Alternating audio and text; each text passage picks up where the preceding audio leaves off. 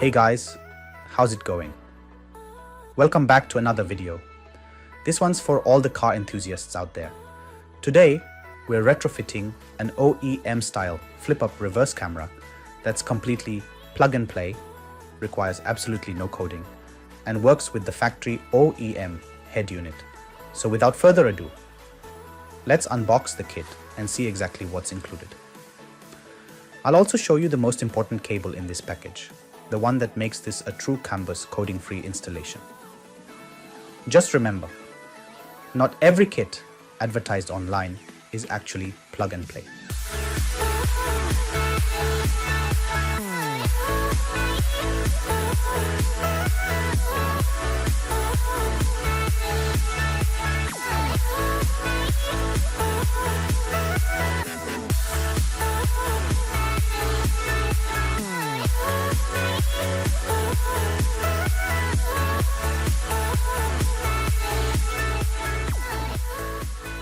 As you can see, I've slowed the footage down here.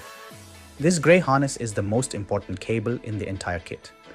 If you're ordering this from AliExpress or any other online retailer, always ask the seller for an actual video showing what's included in the box. Make sure you can clearly see this grey harness before placing your order. Without it, the installation won't be the simple plug and play process we're showing today.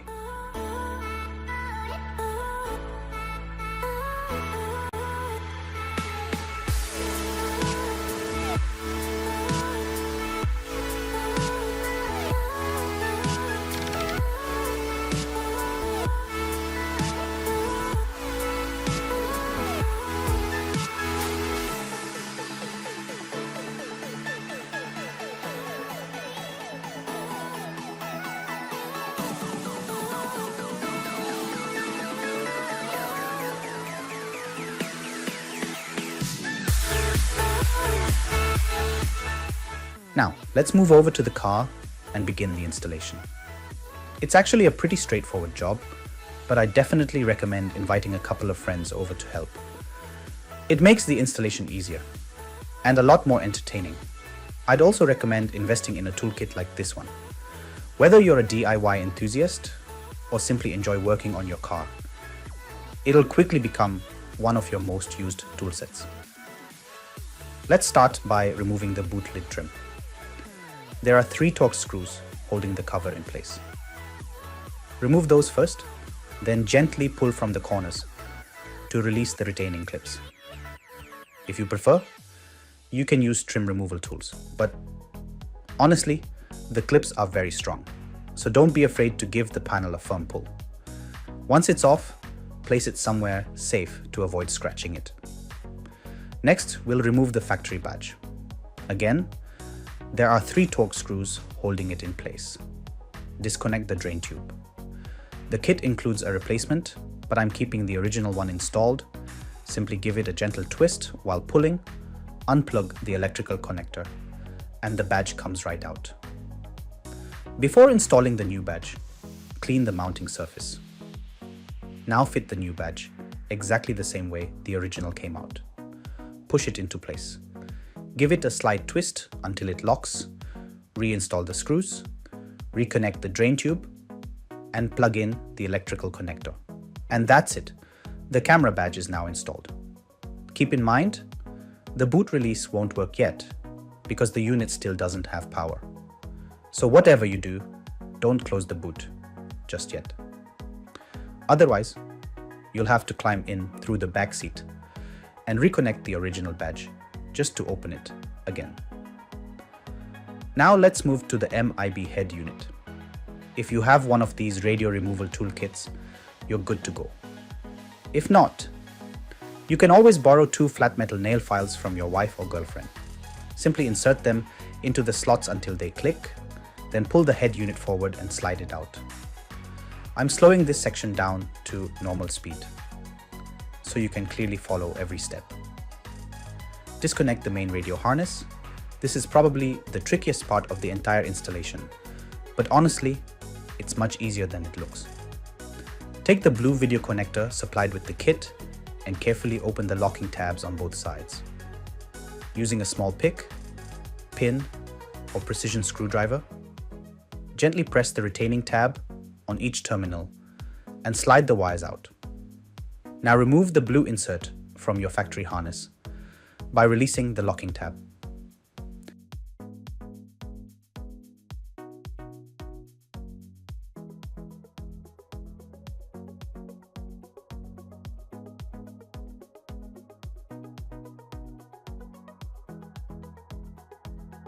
Pay close attention to the wire positions.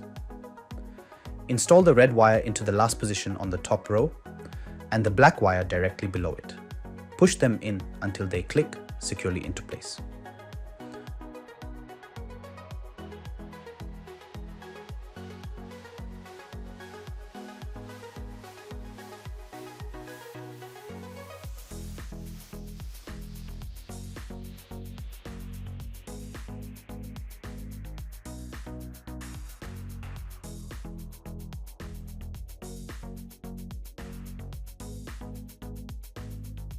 Reinstall the blue insert back into the main connector until you hear it click. And just like that, your video signal wiring is complete.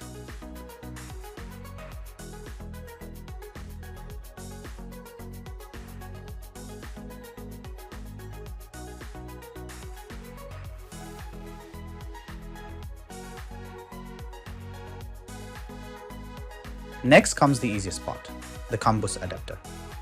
Remove the grey connector from the factory harness. Connect the new adapter between the factory plug and the original socket. It's literally plug and play. No coding, no programming, no VCDS, no OBD tools. Just plug it in.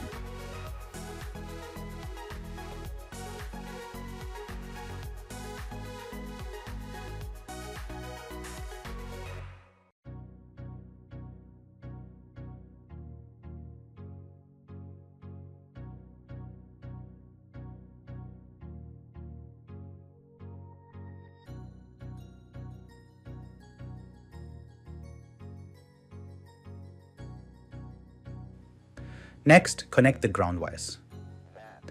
Luckily, Volkswagen already provides a perfect grounding point. Simply remove the existing nut, place the eye terminals onto the stud, and tighten everything back down securely.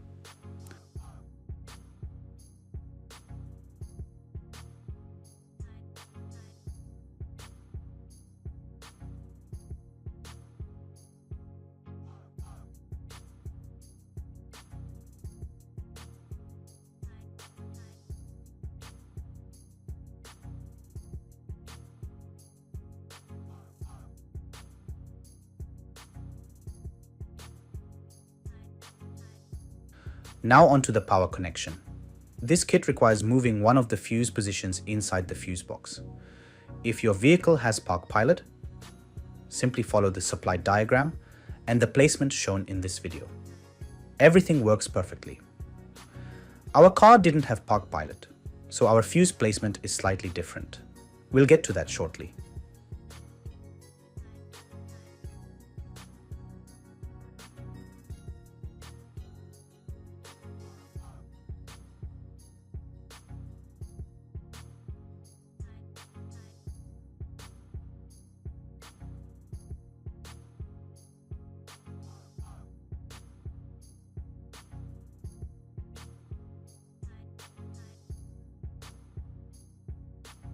Before routing all the wiring, it's a good idea to test everything.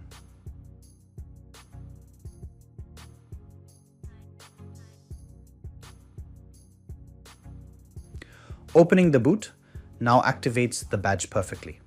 That's exactly what we want to see.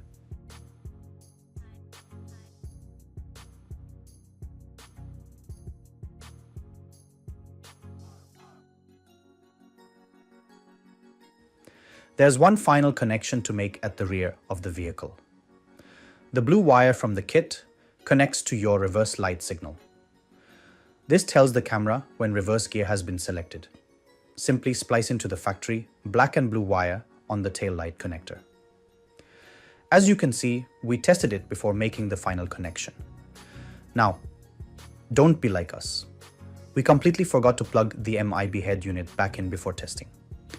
Once we remembered that little detail, we selected reverse again.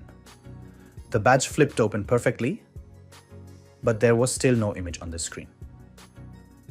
While I was troubleshooting, my expert team here also jumped in with their own ideas. Would it be in this radio thing? Like, would it be part of this module? Would it be part of this?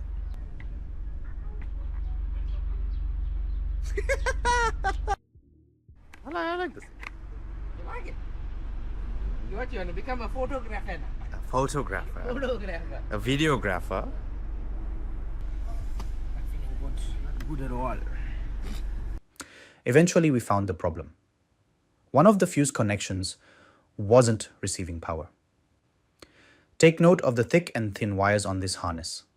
The thicker wire plugs into second row, slot number 5.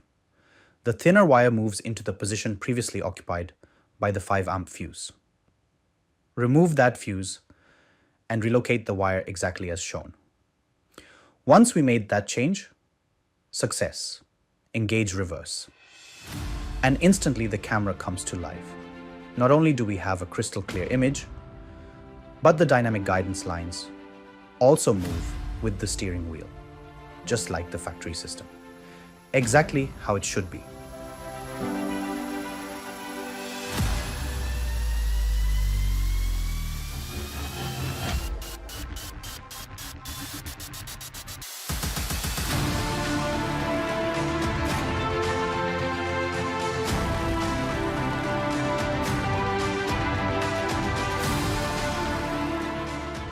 Now it's simply a matter of tidying everything up. Route the wiring neatly along the passenger side kick panels and door trims. If you're wondering how those trims come off, they simply pull upwards as they're all held in with clips. Feed the wiring all the way to the rear of the vehicle.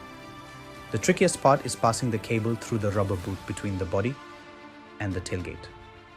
A piece of wire or even an old coat hanger can make this much easier. Or just take your time and gently work it through like we did.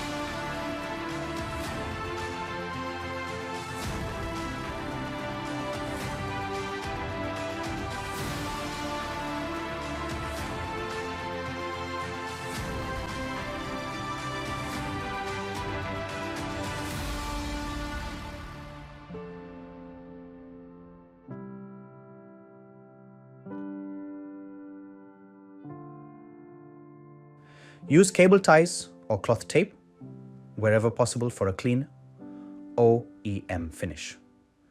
Reinstall all the trim panels, refit the boot lid cover, tighten all the screws, and that's the installation complete. An OEM-style reverse camera retrofit that looks factory fitted, works perfectly, and doesn't require any complicated software or coding. Exactly how every retrofit should be.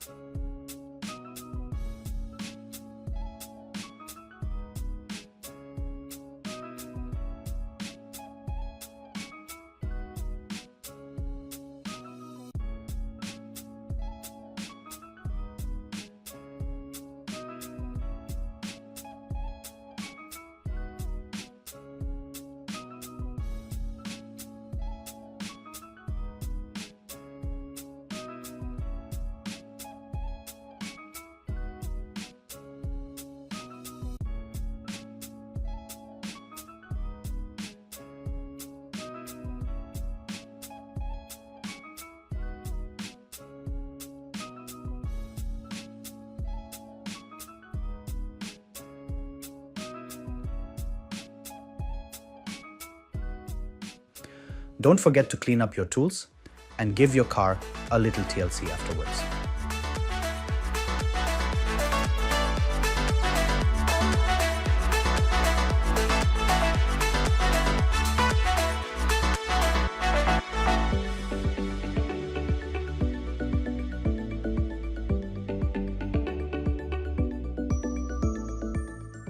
Now for the most important test, the wife's approval.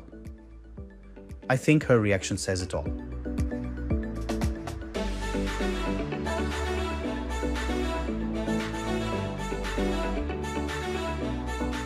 Thank you so much for watching. If you enjoyed this video, please leave a like, subscribe to the channel, and drop a comment below if you have any questions. If you're based in South Africa and you're looking to purchase this kit, or you'd like professional installation in the KwaZulu-Natal area, feel free to get in touch. Thanks again for watching, and I'll see you in the next one.